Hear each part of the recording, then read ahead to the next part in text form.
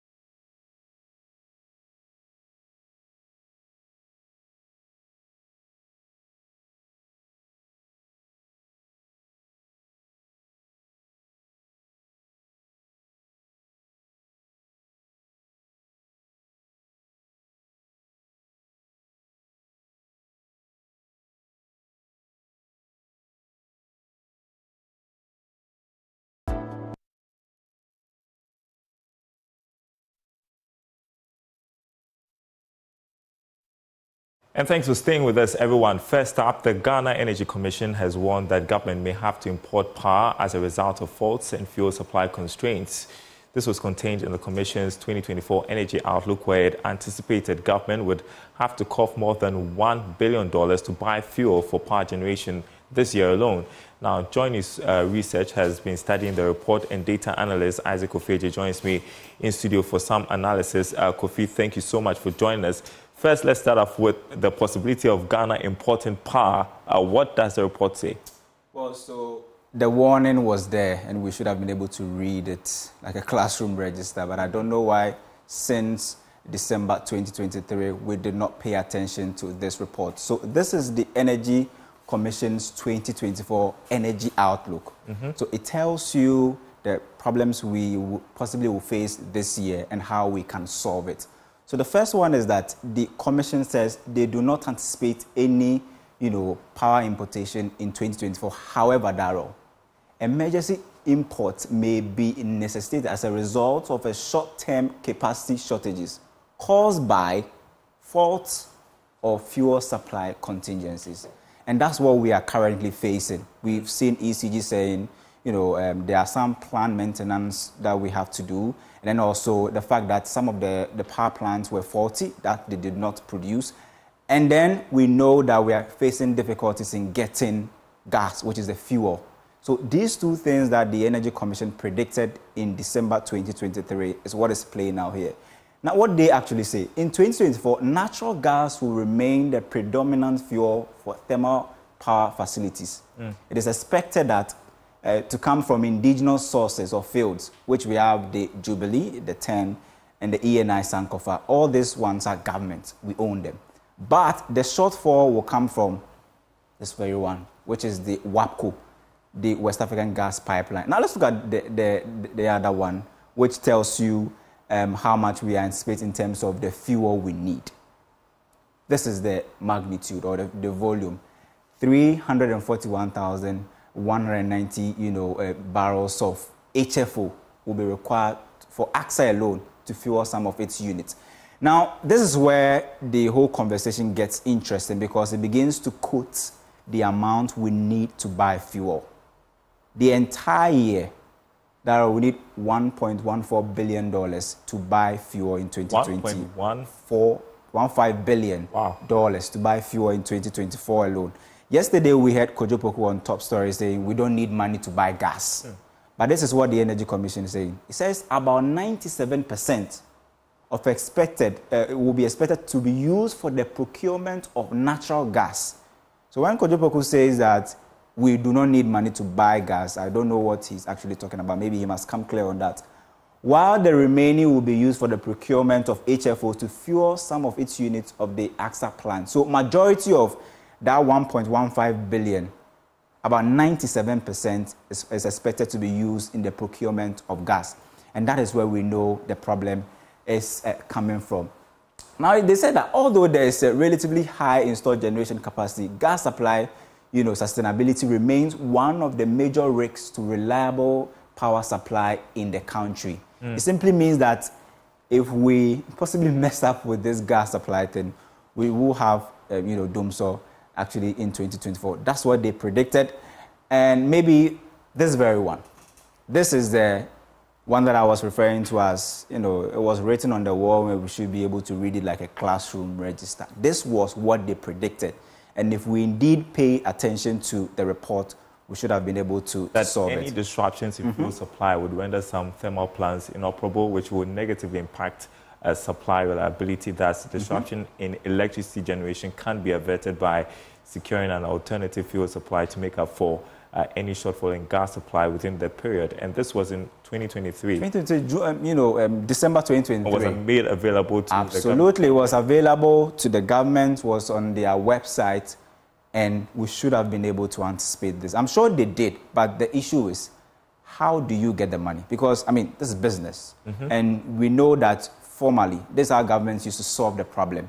They used to rely on the Eurobond markets, the bonds markets, and then also sales from ECG. ECG sales, there are shortfalls. This year alone, we anticipate about 23 billion Ghana cedis as shortfalls. Bonds markets, no longer there. Dache bonds, ESLA bonds that we used to, float and then get the monies are no longer there. Treasury bill market, too shallow to accommodate money to pay your workers and then also to buy fuel. We understand that even we face some marginal under subscription in the last one that they issued. Eurobond, we've been thrown out of that market. So the sources that government would have used are all not available at the moment. In fact, the pool has become dry. And just imagine the finance ministry cannot find about 1.2 billion to pay for the shortfalls. Usually they'll fall on the Bank of Ghana. But Daryl, you know that they've been asked to sign a 0% financing with the finance ministry. Exactly. So they can't so come into support. Where is the government going to get 1.15 billion? That's the big dilemma and the big question that we should all be asking the finance ministry. And to the point where we would have to import as well. That's the warning coming from that's the key thing. The key thing is that if we may not import, but when you have the fuel supply restrictions and the faults, that will mean that your dependable capacity will reduce. And they say if that happens in main estate, we importing power from other places, and that's really scary. This is coming from the Energy Commission. Thank you so much, data analyst Isaac Kofi. I appreciate this insight that you have brought us. This is the outlook, Energy Commission's outlook for 2024, and there were warning signs already. Joining me on Zoom, Dr. Isi Sulemana, who is an energy strategist, also CEO of Eureka Solutions. I'm sure you had a bit of our conversation there. What do you make of the Energy Commission's outlook, the warning they gave government that, and how it's also looking like we may have to import power as a result of faults being experienced and fuel supply constraints? Do you think we're getting there?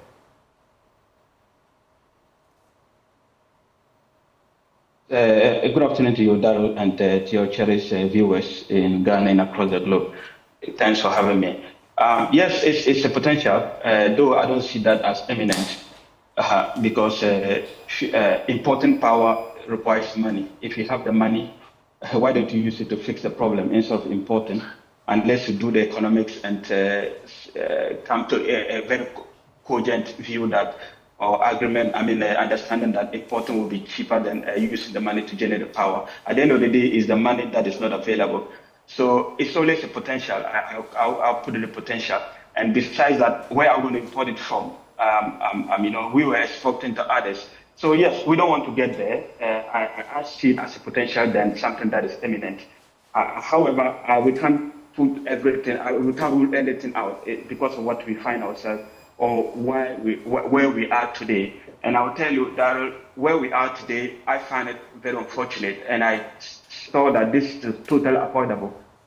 And if you notice, not even Energy Commission, a lot of our interviews that we interact together, we give this warnings that we were sitting on the cliff or on the edge to the extent that, let's say, every peak demand period, around 8 p.m., thereabout, you will notice that sometimes the consumption don't hit, the maximum available.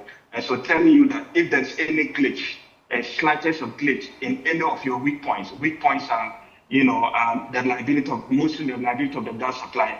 It could be maybe WACO gas not coming from WACO or whatever, or maybe Ghana gas down or whatever, or maybe any of the power plants, like what we are making, what we are told, what we are understanding now. Any of the power plants being down for whatever reason, lack of fuel to be able to buy to power the power plant, any other reason, it will lead us into erratic power supply. We said this severally, even somewhere last year, but it looks like we failed to plan, and that's why we plan to. We fail to plan. That's why, or to project accurately, or to use our expert views to work. And that's why we find ourselves where we find out. And there's something very instructive in one of the slides, which I've mentioned severally. That I find it unforgivable for an oil-producing nation, especially if you look at those who understand our composition, the composition of our reservoir. We have something called associated gas. And even if you look at ENI field, that's gas prone. We have huge amount of gas. What we needed to do is just to invest in our gas infrastructure. That was what is needed. Invest in your gas infrastructure, make use of gas, and link up your power to your petroleum sector. You will notice that we operate these sectors as segregated entities. Like petroleum sector is different and power sector is different. No, a serious nation will link the two, so that we do what we call a petroleum to gas or power to gas. And if you do that, with the huge amount of gas that is available, we shouldn't have them so, especially now the fact that about a large percentage of our generators are relying on gas. And gas is now even cheapest in the international front, yet we have them so. And that's why I'm saying that it's actually not, it's unforgivable that we failed in the planning. Yeah, so we failed to plan, and right now we have to cough up some $1.15 billion, or is it, to purchase fuel for power generation. How do we fix this crisis that we are in right now? So, in simple, we going to have a short-term measures, medium to long-term measure. But the short-term measure we have, or we need now, is money. And I believe we have to prioritize. Daryl, I always say that you have to put your money where your mouth lies. You have to prioritize. Put your money where your mouth lies, or however they put it, in a way that you have to prioritize. We can't say that we just don't have money for power. Yes, I know we are constrained, but let us prioritize. And one of the priority, how we can prioritize, is to go according to what this cash water form mechanism is dictating. It's not we are not saying that you should embrace it 100% because we are constrained. But if you end up not even the little that you have collected, you are not able to channel it to the right portion, you're going to have a problem. So yes, we do have a problem, but quality is key here. Long-term measures is what I talked about. Let's try to develop our gas infrastructure. That is non-negotiable. If we want to avoid these cyclic problems, then the other third portion that I always look on is to be able to expand our renewable energy base. To able to make sure that we encapsulate and put a renewable energy generation into our generation base. That would help. And how do we do that? The government can create enabling environment to ensure that people invest in the world of renewables. We can make a lot of rooftops, solar panels for individual homes. That will help a lot, and that can easily be done with right policies in place. We can easily help people to have rooftop solar panels on their rooftop, and that will help greatly. It will minimize the burden on ECG and to also help to enhance the reliable power supply. But I think long term is that we need to invest in our gas infrastructure, to be able to link up the power in the petroleum sector, to be able to nail this once and for all. Daryl. And well, final question. Seeing that there were warning signs, this report was released or the warning was given in 2023, given the outlook for 2024. So given that there were warning signs, do you agree with those who say maybe the energy minister should go? Are we have seen a failure in leadership in tackling this crisis? Yeah, so that's a very debatable one, Daryl. But I feel that we could do better, unfortunately. So because if you look at what is happening, we have problems both in the power sector and petroleum sector. That is just so not acceptable. So there is the prerogative of the president. He has the energy minister, and he has to look at the situation that we have, whether we need a new leadership that is after. Do we have a leadership problem? A bit of leadership. Yeah, we do. We do have a bit of leadership problems within the energy sector that we need to get it right. And if you don't have that resilient and that cogent leadership that can take the bull by the horn and take decisions that is required, then we will have some problems.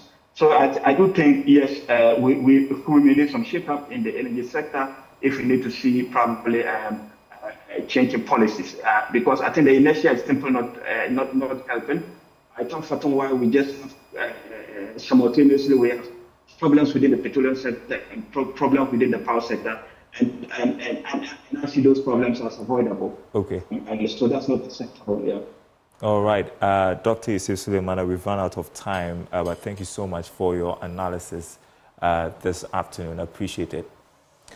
You're watching The Marketplace. From power issues to air travel, the Kumasi International Airport is expected to be commissioned and become operational in June this year. That's according to the Transport Minister. Here's more in this report.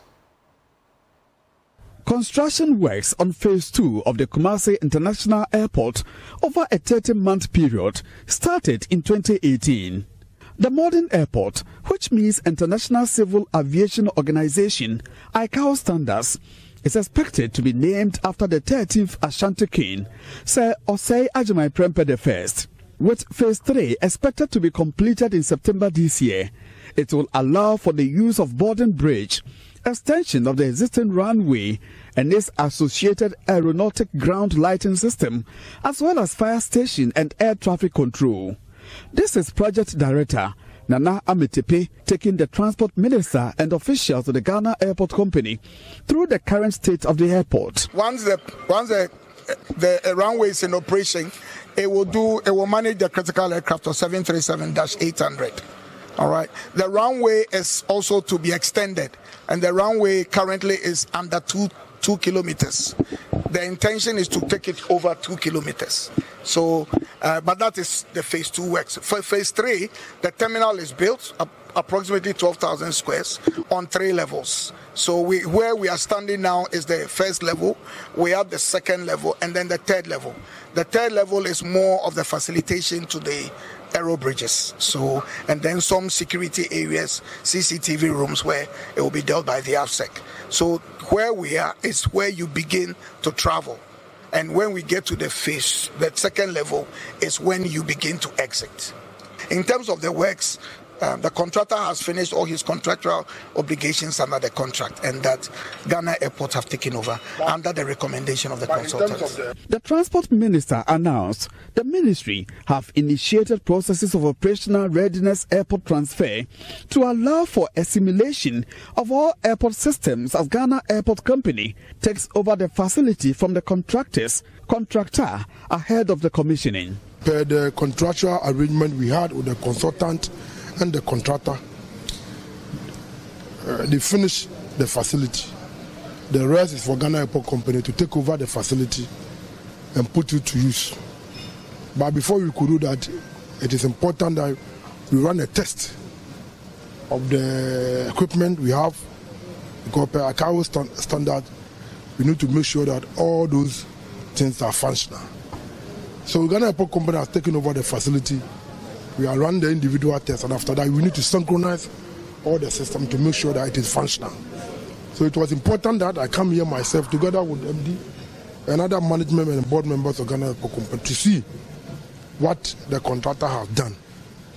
Per the information from the consultant, they are certified that the good job has been done. Not only that, Ghana Airport Company has also attested to the fact that they are also certified with the level of work which has been done.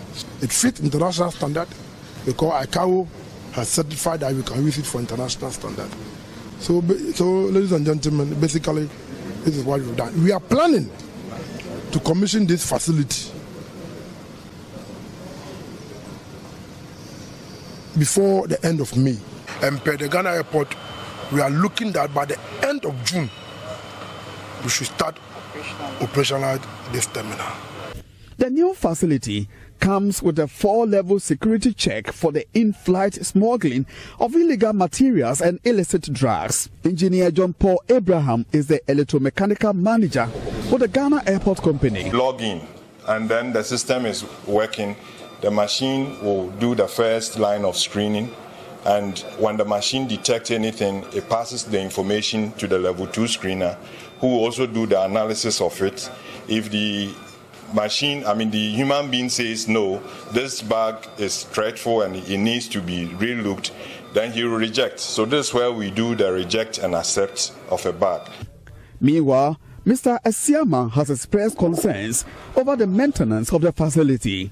My concern is not only about how we're going to put it to use in the maintenance level and how this will be functional so that our people will benefit from it. For me, that is where my concern is.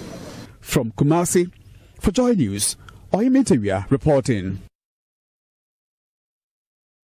All right, and you're watching The Marketplace. Time to examine the top tech stories on Let's Talk Tech. Joining me in studio, my colleague Isaac Atase-Nyako.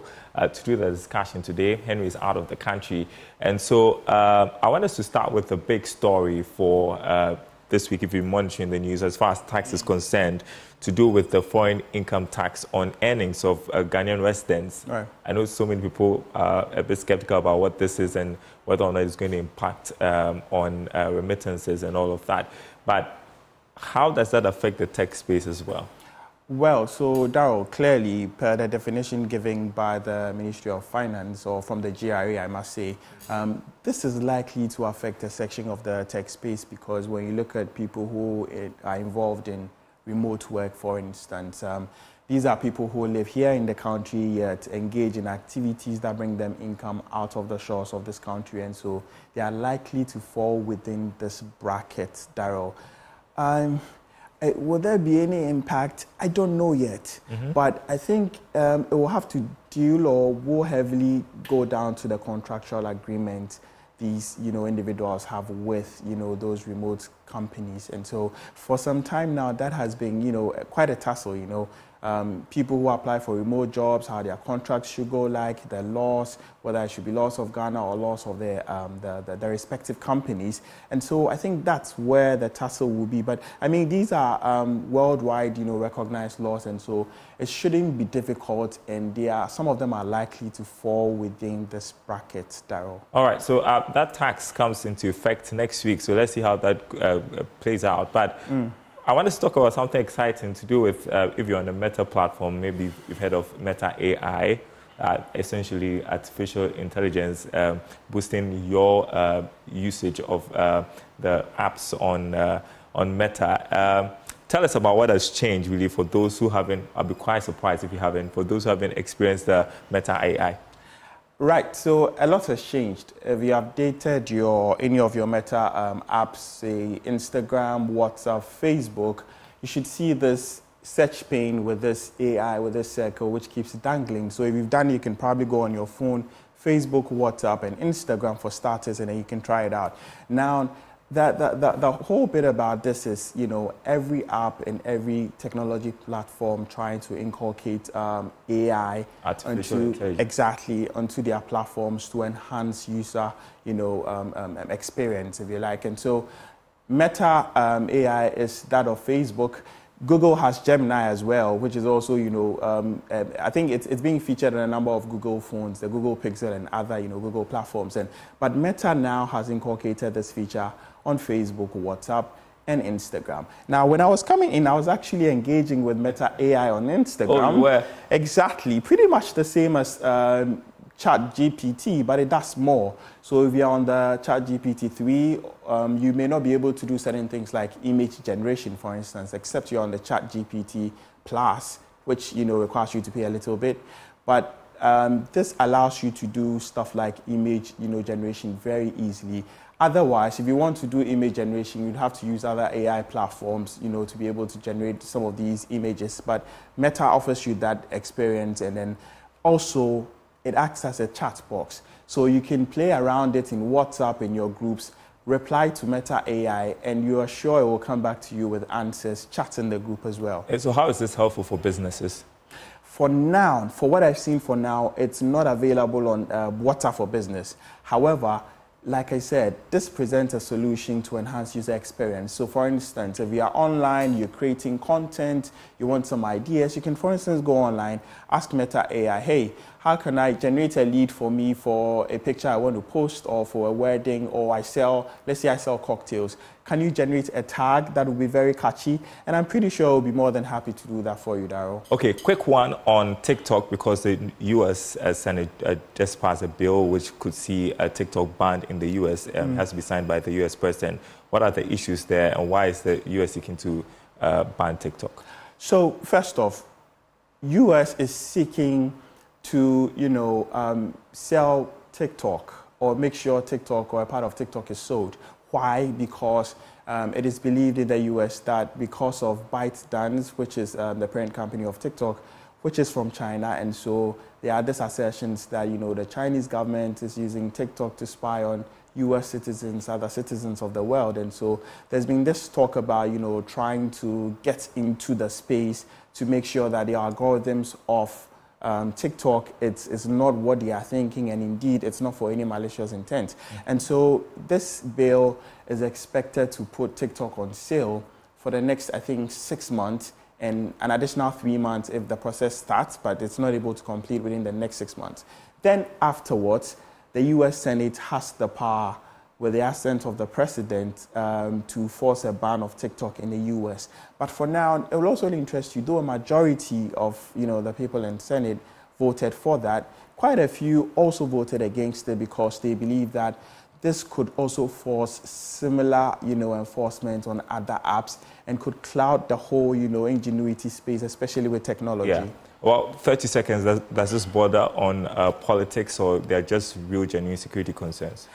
That's a very difficult one, but I can't really say, but I believe that these are assertions until it's proven, or until we have evidence to that effect. We do not know. But what I know for sure is that technology platforms has a way of gathering data. Even with the phones we hold, sometimes recording conversations, pinning your maps and everything. That's how we're able to generate Google Maps, or have an efficient Google mapping system, or other apps for best user experience. So even Meta AI will actually engage you more to pick stuff from you, to build its platforms, to make sure that you enjoy it more. And so, yes, I mean, there could be, otherwise we need proof to be able to substantiate this. Isaac Atasenyako in for us for Let's Talk Tech. Appreciated. And that's our program, everyone. Thanks for watching. More news on our website, myjoyonline.com/business. We'll be back same time tomorrow.